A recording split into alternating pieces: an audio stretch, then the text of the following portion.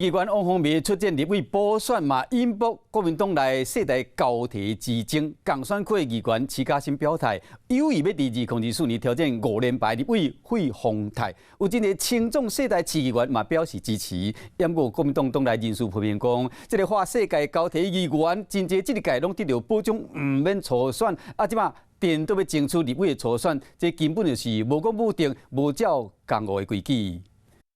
台北市议员王宏伟调伫台北市立委补选，甲伊同款上战力的国民党市议员徐嘉欣嘛发出世代交替，表达有意思伫2024挑战5连败立委费鸿泰，传出部分青壮世代议员嘛有这个想法。亲像大安文山区曾派军、王欣怡、李碧雅，罗瑶的游淑慧、李明宪、邝梅莎，树林八大张书公、中正网界曾小平、严晓薇、郭昭炎、陆鸿点名想要选立委，不过传出党内人士不满，认为现任议员得到保障，无初选就直接提名，要未做满议员的任期，就想要争取立委的初选。 用所谓的不讲武德这一种负面形容词，我想是言过其实啦。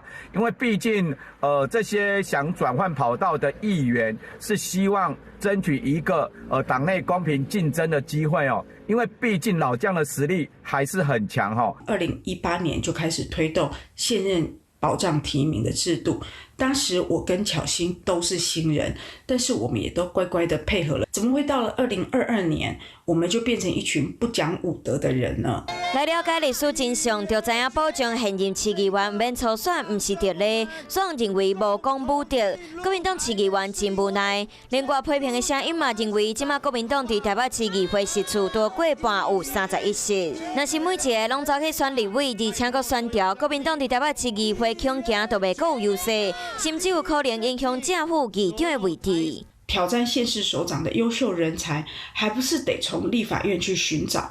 但是这个值不值得？当然值得。每一个人拢立场，嘛会当看到世代之间无共款的想法。为着政治生涯会当愈爬愈悬，人伫江湖，要是会晓机关美角。